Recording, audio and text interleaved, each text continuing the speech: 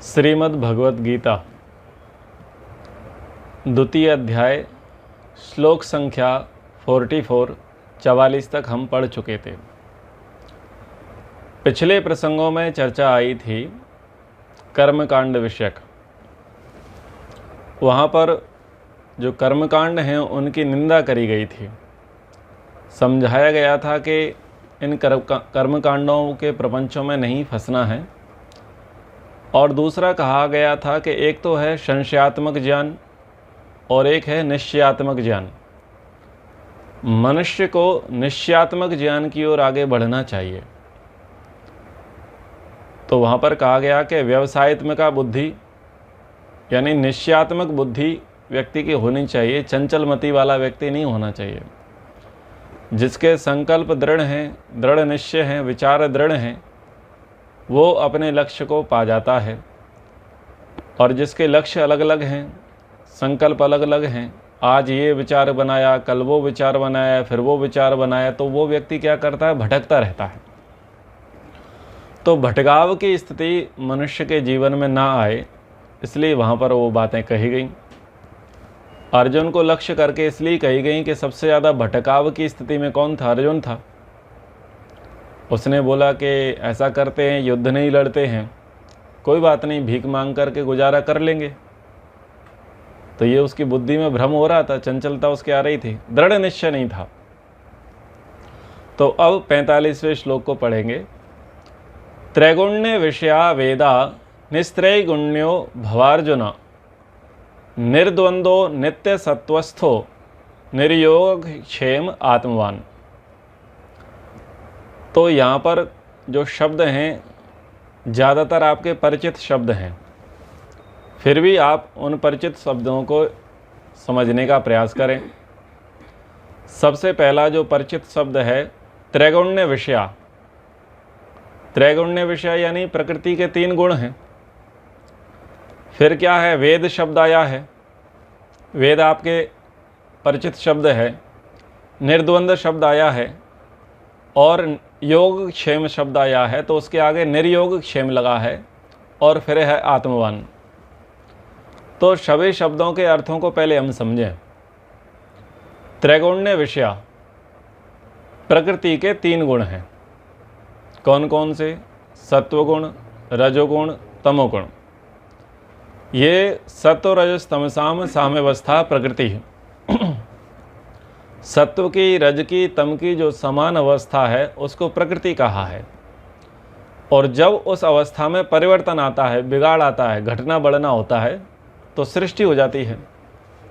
कितनी विचित्र बात है। जब अनबैलेंस करेंगे तो निर्माण होगा, और जब बैलेंस्ड कर देंगे तो कुछ नहीं हो सकता। ये यूनिक बात है। जबकि होता क्या है कि अगर अनबैलेंस करोगे तो बिगड़ जाएगा, और बैलेंस करोगे तो कुछ बन जाएगा। लेकिन प्रकृति के विषय में उल्टी कहानी है। सरल अर्थों में समझें कि यदि आप भोजन बनाना चाहें तो भोजन में आप क्या बनाएंगे? चपाती, रोटी, फुलके, जो भी बोलते हैं। तो आप 1 गिलास नमक ले लो, 1 गिलास पानी ले लो और 1 गिलास आटा ले लो। अब आटा मार के दिखाओ, समान अवस्था। तो समान अवस्था में कुछ नहीं हो सकता। लेकिन आप असमान अवस्था करो, 1 गिलास आटा ले लो, आधा गिलास पानी ले लो, आधा चम्मच नमक ले लो, तो आपकी रोटी बनती है। अच्छा, कहीं कहीं पर रोटी में नमक डालेंगे, कहीं कहीं पर नहीं डालेंगे, पर आपने अनबैलेंस किया ना, तब जाकर के निर्माण हुआ। तो जो 3 विषय हैं त्रैगुण्य विषय, ये प्रतिपाद्य विषय किसका है? वेद का है। वेद में इन 3 गुणों के विषय में बताया गया है कि ये जो प्रकृति है ये सत्व रज तम से बनी है। और सत्व में, रज में, तम में जो प्रकृति है उसके कैसे कैसे प्रभाव पड़ते हैं और कैसे कैसे इसमें विकार आते हैं, कैसे कैसे परिवर्तन आए हैं, तो समग्र चर्चा वेद में दी है। वेद में विस्तार से बताया इसके विषय को। तो वहाँ पर कहा गया कि हे अर्जुन, जो 3 गुणों वाली यानी त्रिगुणात्मक 3 विषयों वाली जो प्रकृति है, जिसका व्याख्यान वेद में किया गया है, और बताया गया कि ये कैसे कैसे प्रभावों वाली है, तो उन विषयों से, उनके प्रभावों से तू निस्त्रैगुण्य हो जा, यानी उनके गुणों से तू प्रभावित मत हो। भला कोई व्यक्ति ऐसा है जो 3 गुणों से प्रभावित ना हो? कोई नहीं हो सकता। तो क्या यह अर्थ निकाला जा सकता है कि कोई व्यक्ति निस्त्रैगुण्य हो जाए? समाधि में कौन सा गुण रहता है? सत्व गुण रहता है, ठीक है ना? रहता है कि नहीं रहता? विदेह की स्थिति कब आती है? जब उच्च सत्व गुण होता है, तब विदेह वाली स्थिति आती है। तो ये अर्थ तो नहीं निकाला जा सकता कि कोई व्यक्ति त्रैगुण्य हो जाए, 3 गुणों से सर्वथा रहित हो जाए, संभव नहीं है। क्योंकि शरीर ही 3 गुणों वाला है, रहित कहाँ से होगा? तो इसका क्या अर्थ समझें कि हे अर्जुन, भव यानी हो जा, भवार्जुना, जो 3 गुणों वाली प्रकृति है, जिस त्रिगुणात्मक प्रकृति का वर्णन वेद में किया गया है और वेद में बताया गया है ये कैसी कैसी है, तो तू उनके प्रभावों से प्रभावित मत होना, उसके प्रपंच में मत फंसना, तो उससे निस्त्रैगुण्य हो जा, यानी तटस्थ हो जा, उसमें समाहित मत हो जा, उसमें घुस मत जाना, उसमें धस मत जाना। इतनी बातें समझ में आ जाती हैं। इस प्रकार से अर्थ करेंगे तो पंक्ति का अर्थ ठीक बैठेगा। अलग अलग भाष्यकार अलग अलग प्रकार से अर्थ कर देते हैं।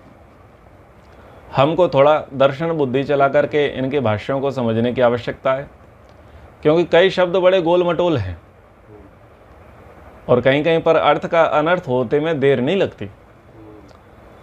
फिर नीचे की पंक्ति में कहा निर्द्वंदो नित्य सत्वस्थो, तो नित्य सत्वस्थो में क्या कहा गया कि तू नित्य सत्व में स्थित रहे, और ऊपर क्या कहा कि तू त्रिगुणों से रहित हो जा। तो विरोध है कि नहीं? तो वहाँ ये अर्थ निकाला ही नहीं जा सकता कि सत्व से, रज से, तम से तू सर्वथा पृथक हो जा, क्योंकि इनसे पृथक तो केवल परमात्मा है। जीवात्मा इन गुणों से पृथक नहीं है, इन गुणों से वो प्रभावित होगी। परमात्मा त्रिगुणातीत है, 3 गुणों का प्रभाव परमात्मा पर नहीं पड़ता, लेकिन जीवात्मा पर 3 गुणों का प्रभाव तो पड़ेगा ही, छूटेगा नहीं। तो अब इसको बात ठीक से समझें। फिर क्या कहा कि निर्द्वंदो, द्वंद्व। अच्छा, पहले टीवी में सुना जाता था कि द्वंद्व युद्ध होता है, जरासंध का और भीम का द्वंद्व युद्ध हुआ, दुर्योधन और भीम का द्वंद्व युद्ध हुआ। तो वो द्वंद्व युद्ध पहले समझ में नहीं आता था द्वंद्व क्या है, पर द्वंद्व भाव में समझ में आ जाता था कि बस 2 लोग लड़ेंगे, तीसरा नहीं लड़ेगा। तो द्वंद्व का अर्थ हो गया 2, और 2 कैसे हैं? विपरीत, ठीक है ना? लड़ाई जब लड़ते हैं वहां भी तो विपरीत स्वभाव के होते हैं लोग, तभी तो लड़ाई हो गई। अगर समान होंगे तो लड़ाई नहीं हो सकती। एक इस पार्टी का होगा, दूसरा दूसरी पार्टी का होगा, एक ही पार्टी में तो द्वंद्व नहीं होगा। तो जितने द्वंद्व हैं, क्या क्या है? द्वंद्व को महर्षि पतंजलि जी ने कहा और उसका व्याख्यान किया। उन्होंने सूत्र दिया, तप स्वाध्याय ईश्वर प्रणिधानानि क्रिया योग। कि क्रिया योग क्या है? तप करना, स्वाध्याय करना और ईश्वर प्रणिधान करना, क्रिया योग। तो फिर तप को महर्षि व्यास जी ने खोला कि तपो द्वंद्व शयनम। तप क्या है? बोले जितने भी द्वंद्व आते हैं उन द्वंद्वों को सहन करना तप है। और यहां पर अर्जुन को कहा जा रहा है कि तू निर्द्वंद्व हो जा। ऊंची बात कही जा रही है। सत्व सुख है, दुख है, मान है, अपमान है, लाभ है, हानि है, जय है, पराजय है, दिन है, रात्रि है। 2 विपरीत विचार हैं, 2 विपरीत भाव हैं। तो इनमें आपस में क्या होगा? द्वंद्व होगा। तो इनसे तू निर्द्वंद्व हो जा। तो यानी अभी ऊंची अवस्था के लिए कहा जा रहा है। एक तरफ तो ये कह दिया जा रहा है कि प्रकृति के 3 गुण हैं, इन 3 गुणों का व्याख्यान वेद में दिया है, उससे तू समझ ले और इनके प्रभावों से प्रभावित मत होना, ठीक है? तू निस्त्रैगुण्य हो जा। और फिर कहा कि तू निर्द्वंद्व हो जा। तो निर्द्वंद्व हो गया तो अर्थ एक निकाला जाएगा कि तटस्थ हो जाए। जैसे कुछ लोग साइड रहते हैं, ना पक्ष से मतलब ना विपक्ष से मतलब, वो तटस्थ होकर के दोनों को देखते हैं, दोनों पार्टी को देखते हैं, तो वो तटस्थ क्या है? निर्द्वंद है ना, वो इसकी तरफ है ना इसकी तरफ है, तटस्थ है। तो तू तटस्थ हो जा, निर्द्वंद हो जा, ना सुख से दुखी हो ना दुख से, ना लाभ से दुखी प्रसन्न हो ना हानि से दुखी हो, कुछ मत हो। क्या कहा कि तू नित्य सत्वस्थ हो जा, सदा सत्व में विराजमान रहे, सत्व गुण वाली वृत्ति बना ले। सत्व गुण वाली वृत्ति अध्यात्म की गहराइयों को लेकर के जाती है। अध्यात्म पद पर प्रगति तब ही होती है व्यक्ति की जब वो सत्वगुणी हो जाए, और सत्वगुणी होने के लिए उसे बहुत सारा प्रयास करना पड़ता है, बहुत सारा पुरुषार्थ करना पड़ता है। भोजन भी सात्विक, वस्त्र भी सात्विक, बुद्धि भी सात्विक, परिवेश भी सात्विक, चिंतन भी सात्विक, यानी सारा सात्विक उसे रखना पड़ेगा। जितना जितना वो सात्विक बनाए रखेगा उतना उतना उसका सत्व गुण बैलेंस में रहेगा, और जैसे ही उसका सत्व गुण गया तो अन्य गुण तो तैयार बैठे ही हैं। जैसे मैं सफ़ेद कपड़े पहना हूँ, आप लोग भी सफ़ेद कपड़े पहन करके देखें, आपको बड़ी अजीब सी शांति मिलती है, अच्छा लगता है। फिर आपको दूध मिल जाए पीने के लिए, दूध में सत्व गुण होता है। खीर को खाने को लिए वेद में बोला कि खीर खा पैसा, तो सत्व गुण होता है। फिर आप किसी ऐसे आश्रम पर जाएं जहाँ पर चकाचौंध नहीं है, भौतिकता नहीं है, रेडिएशन नहीं है, प्रकृति का आनंद है, अजीब सी शांति है, वहाँ लोग संध्या उपासना करते हैं, तो आपका मन वहाँ पर शांत हो जाता है। किसका प्रभाव था? सत्वगुण का। सुबह शाम भी आपके घर में शांति रहती है। जिस क्षेत्र में शांति रहती है वहाँ लोगों का मन आराम से शांत हो जाता है। उनकी इच्छा होती है चलो आंख बंद कर ले। कभी जंगलों में जाते हैं, पहाड़ों में जाते हैं, नदियों के निकट जाते हैं, वहाँ बैठ जाते हैं तो फिर मन होता है थोड़ा आंख बंद कर लेते हैं, भगवान का भजन कर लेते हैं। किसके प्रभाव से? सत्वगुण के प्रभाव से। अब वही व्यक्ति सूट वूट पहन करके टाई वाई लगा करके शाम को पार्टी में चला जाए, तो भले ही वो नाचना ना जानता हो, लेकिन अगर वो धुन बज रही है तो उसके भी पैर हिलना शुरू कर देंगे, सिर हिलना शुरू हो जाएगा। किसके प्रभाव से प्रभावित हुआ? रजोगुण से। तो समझ में आ गया कि रजोगुण का प्रभाव कर रहा है और सत्वगुण का भी कर रहा है। तो यदि सत्वगुण का प्रभाव में ज़्यादा रहना है तो सत्वगुण का एटमॉस्फेयर तैयार करना पड़ेगा।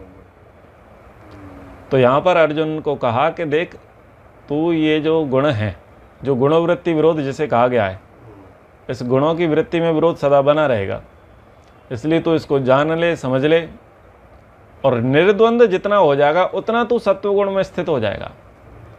जब तक व्यक्ति के जीवन में ये द्वंद्व चलते रहेंगे वो कभी भी सत्वगुण में स्थित नहीं होगा। जब सत्व सुख अधिक आ जाएगा, लाभ अधिक हो जाएगा, मान अधिक हो जाएगा, तो हो सकता है कुछ अंशों में सत्वगुण आ जाए, हो सकता है, लेकिन इसके अपोजिट भी तो संभावना है। जब रजोगुण स्थिति आ जाए, तमोगुण स्थिति आ जाए, यानी हानि हो जाए, अपमान हो जाए, कलंक लग जाए, चोट लग जाए, तो उससे प्रभावित तो होंगे। तो वो रजोगुण भी बढ़ेगा, तमोगुण भी बढ़ेगा, तो नित्य सत्व में स्थित तो होएंगे नहीं। तो नित्य सत्व में स्थित होना है तो निर्द्वंद हो जा। और निर्द्वंद कैसे होगे? जब तुम प्रकृति के तीनों गुणों को वेद से पढ़ोगे। ये तीनों गुण कैसे कैसे प्रभाव करते हैं, मन पर कैसे प्रभाव करते हैं, बुद्धि पर कैसे प्रभाव करते हैं, आत्मा पर कैसे प्रभाव करते हैं, और इनके गुणों से प्रभावित होकर के मनुष्य को कैसी कैसी योनियाँ मिलती हैं। मनुस्मृति में महर्षि मनु जी ने सब लिखा है। सत्यार्थ प्रकाश के संभवतः नवम समुल्लास में इन तीनों गुणों के प्रभाव को लिखा है। आगे हम गीता को पढ़ेंगे तो गीता में भी तीनों गुणों के प्रभावों को बताया गया है। तीनों गुणों के प्रभाव को कब पढ़ोगे, कब जानोगे? जब आप पढ़ोगे, वेद पढ़ोगे तब तो तीनों गुणों को जानोगे, और वेद नहीं पढ़ेंगे तो तीनों गुणों को नहीं जान पाएंगे। नहीं जान पाएंगे तो क्या होगा? कभी निर्द्वंद नहीं हो सकते और कभी हम सत्वगुण में स्थित नहीं रह सकते। तो ये कहा गया कि भाई तू त्रिगुण्य विषय जो हैं उससे निस्त्रैगुण्य हो जा, निर्द्वंद हो जा, नित्य सत्व में स्थित होने के लिए प्रयासरत रहे, और निर्योग क्षेम। अब ये बड़ी बात है, यानी योग क्षेम रहित हो जाए। योग क्षेम शब्द गीता का प्रसिद्ध है। योग क्षेमम वहाम्यहम्, ये गीता का श्लोक में अंतिम पद है। तो बहुत जगह पर इस शब्द को लोगों ने प्रमोट किया हुआ है और हमारे किसी सरकारी तंत्र में भी इसका प्रयोग किया जाता है। तो योग क्षेम क्या है? अप्राप्त की प्राप्ति, प्राप्ति का रक्षण और रक्षण की वृद्धि को योग क्षेम बोलते हैं। जो कुछ भी हमारे पास अभी अप्राप्त है, हम चाहते हैं कि हमें कमी है, हम उसकी पूर्ति चाहते हैं अथवा उसकी कामना करते हैं अथवा उसके लिए प्रार्थना करते हैं कि कुछ हमें अभी अप्राप्त है, कुछ सूनापन है, कुछ खालीपन है, किसी की हमें आशा है, किसी की हमें प्रतीक्षा है। तो वो क्या है? वो अप्राप्त की प्राप्ति का पहला चरण है। तो जिसकी हमें आशा थी, प्रतीक्षा थी, इच्छाएं थीं, कामनाएं थीं, जिसका हम वेट कर रहे थे, उसकी प्राप्ति हो गई, अप्राप्त की प्राप्ति हो गई।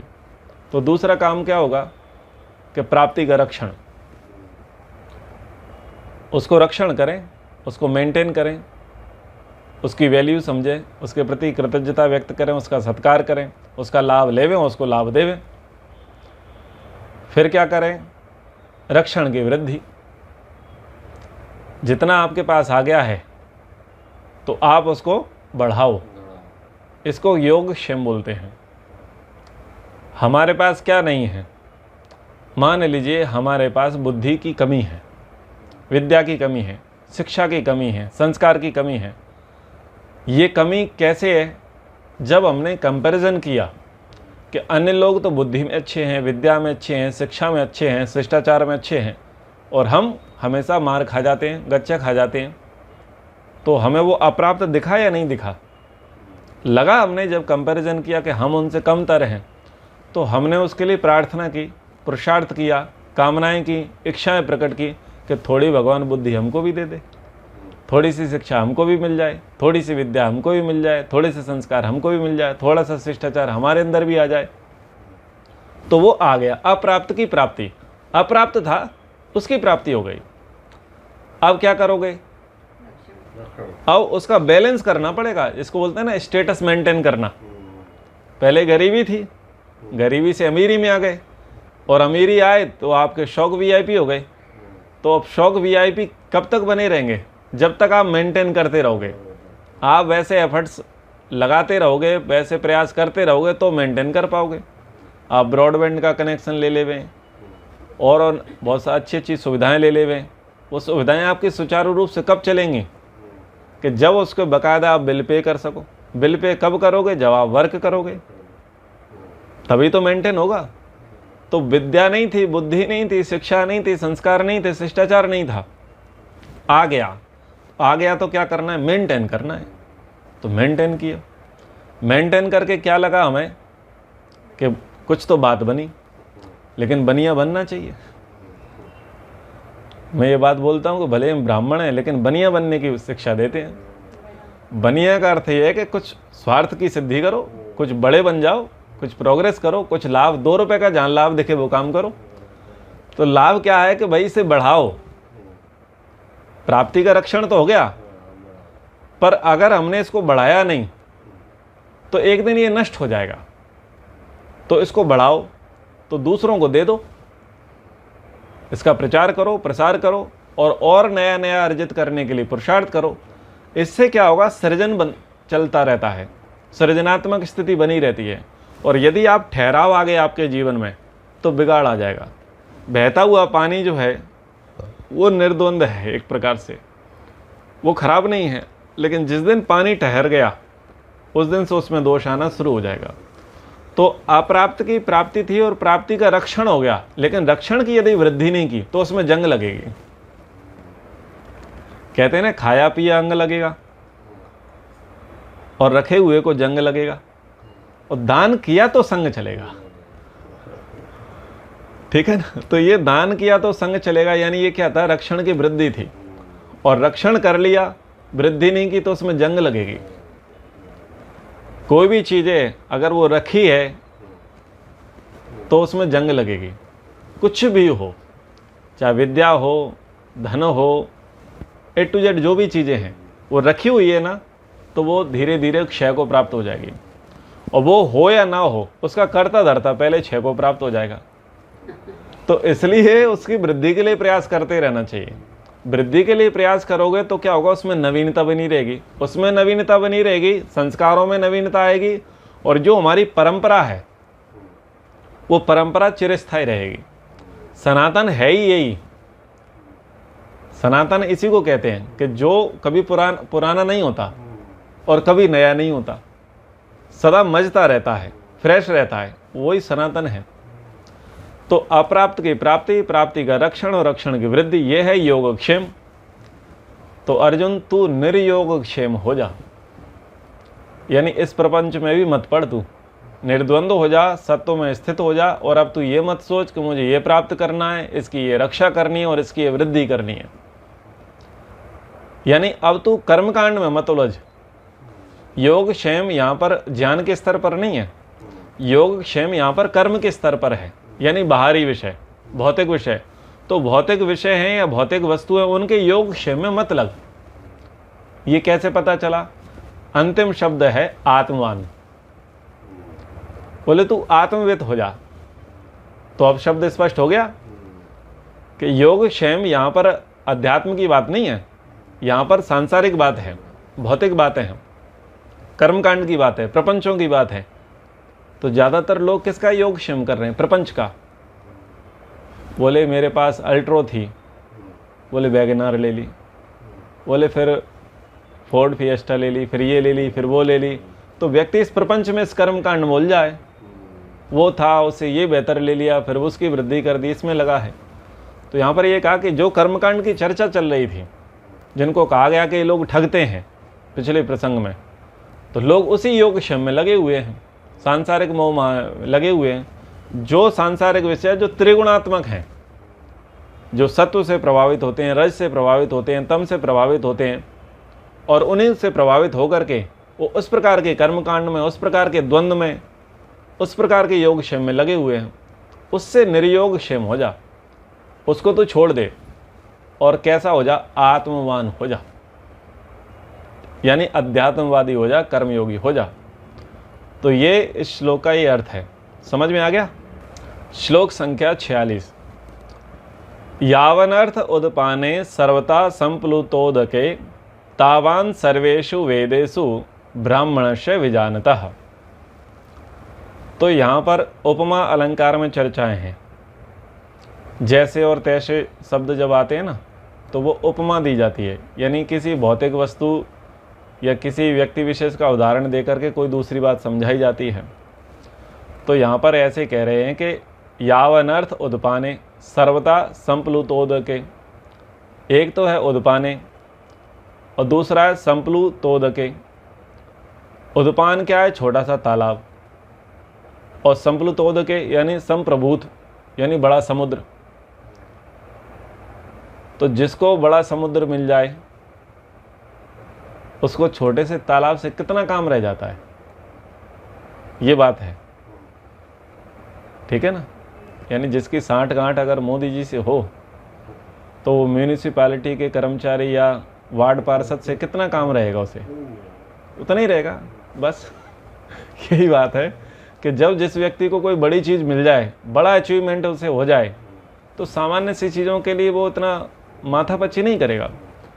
तो ये लोग सामान्य वस्तुओं के लिए माथापच्ची कर रहे हैं। सामान्य वस्तु कर्मकांड है। जिस यज्ञ याग के विषय में, कर्मकांड के विषय में चर्चा थी, और जिसकी एक प्रकार से उपेक्षा कर दी कि भाई कर्मकांड में मत उलझो, प्रपंच में मत उलझो, ब्रह्मवादी बनो, ब्राह्मण बनो, ईश्वर को जानने का काम करो, अध्यात्म की ओर अग्रसर हो। प्रसंग यही चला आ रहा है।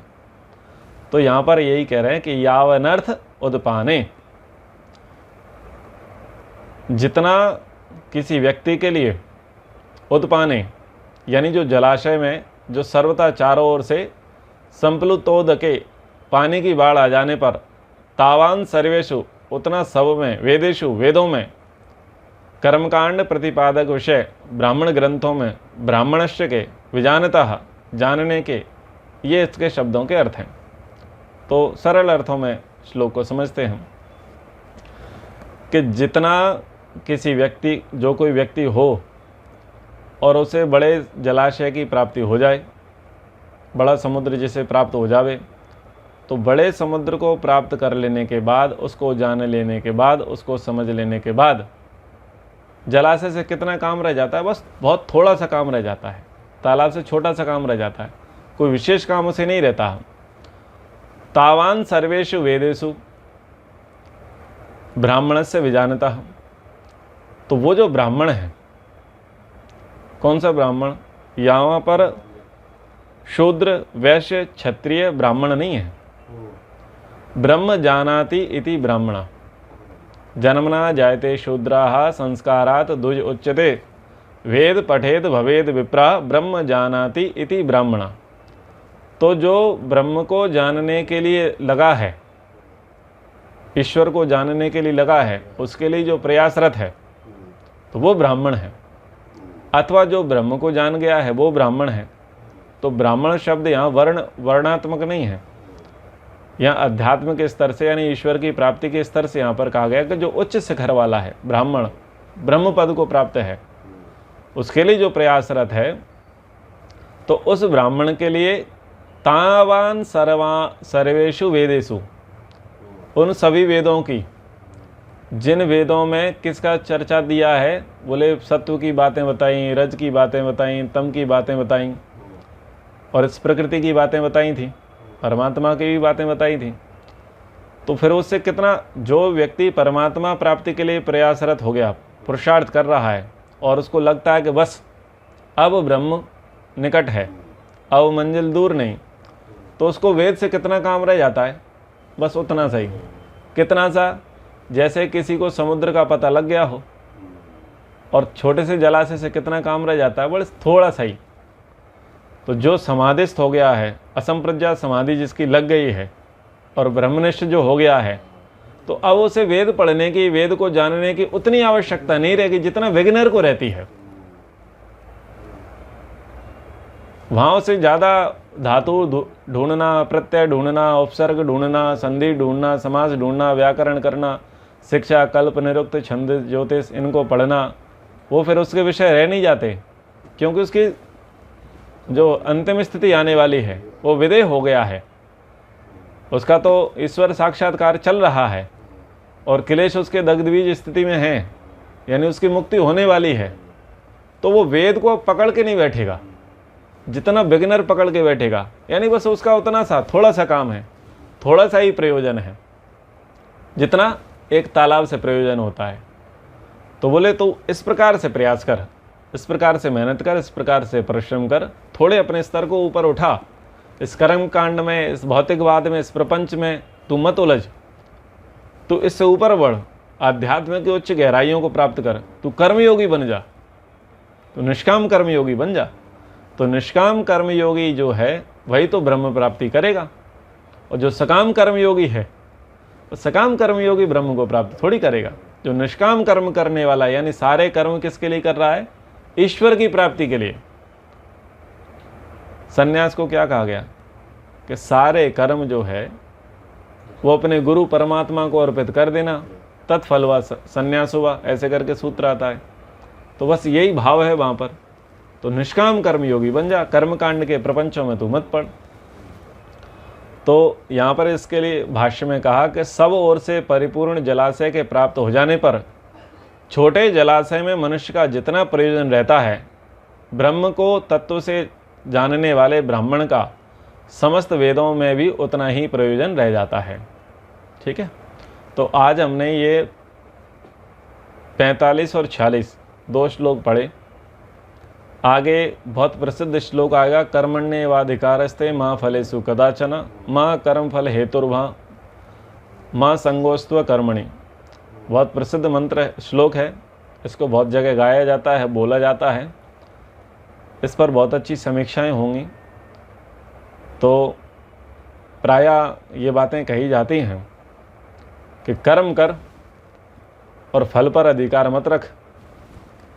तो यदि आपसे कहा जाए कि आप काम करो और पैसे की चिंता मत करो, तो आप काम करोगे क्या? यदि आपसे कहा जाए कि आप काम तो करो, लेकिन इसका फल मिलेगा कि नहीं मिलेगा उसकी तुम चिंता मत करो, मतलब वो तुम्हारा डिपार्टमेंट नहीं है, सोचना ही नहीं है। तो आप सोच के देखना आप करोगे या नहीं करोगे। तो इसी सोच को आप अगली कक्षा में हम यहाँ से आगे करेंगे, विचार करेंगे कि गीता में ये श्लोक का किस प्रकार से अर्थ किया गया और कैसे इसका समाज में प्रचारित किया गया, वास्तविक अर्थ क्या होना चाहिए। तो उसके प्रसंग को हम जानेंगे, समझेंगे। समय के अनुसार कक्षाओं को यहाँ पर विराम करते हैं। ओ